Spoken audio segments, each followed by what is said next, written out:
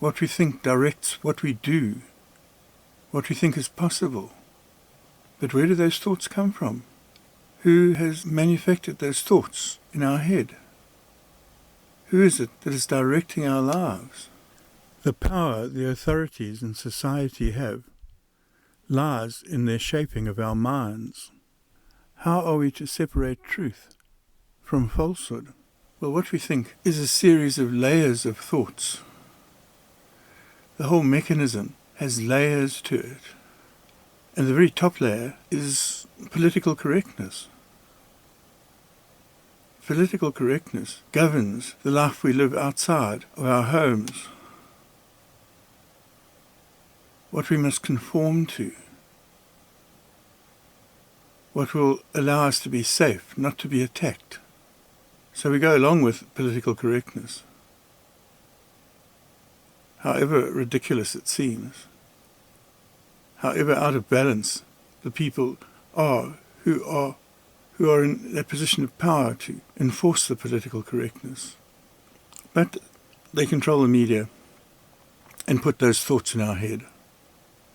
And eventually we just settle down to it. We're not living our own life when we submit to those things, when we submit to those ideals.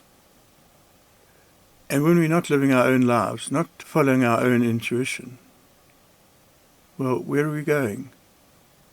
And what is the point of being alive, except traversing that period of time from birth to death? The next layer down is our general environment, work politics, what we wear, what we look like, who we portray ourselves as.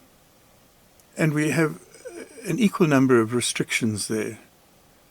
They've come from the level below, but we have a level of acceptance of amount of money we can have, what we can do, what we can look like, who we can think we are. You can be yourself to a very small degree, but most of your energy is being drained off to serve some organization, some corporation, some political adventure. And we start to align with them. We start to believe it's our own choice to be like that, when really we are living in a manufactured world. We're living by our manufactured thoughts, not by our own thoughts. And we're being used. Below that is where we were trained to be what we are, otherwise known as schooling.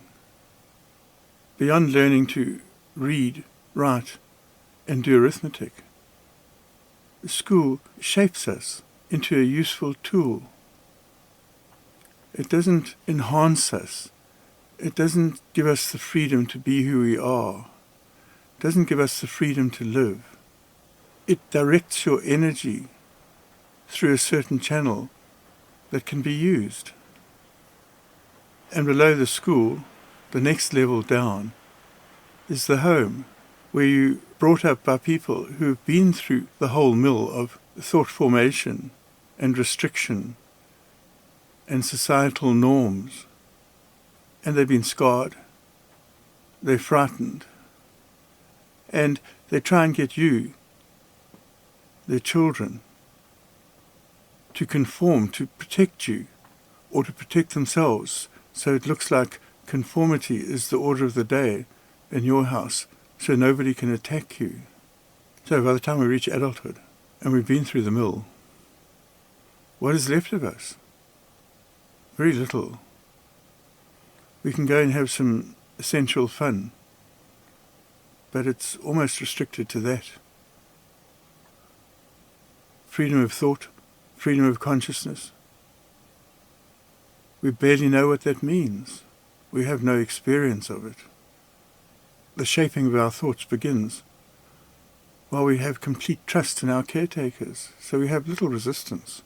And that's how it's turned out. And that's how the average person lives. In every generation, not just this generation. What would life be like if we could use our full strength, the full power of our being, if we could decide with an absolutely active intuition, if we could see with clarity, if we could choose where to put our attention, how different life would be. We'd be infinitely more powerful than we are now. We wouldn't kowtow to every threat we've been conditioned to kowtow to. But how do we do that? Our mind is a storm of thoughts, and mostly they're not our thoughts. Sometimes we have thoughts of rebellion, but we seldomly put them into action. We wish we could. We wish we could just be ourselves. We intuitively know that's the right way. How to do it? Well, there is a way. You silence the mind.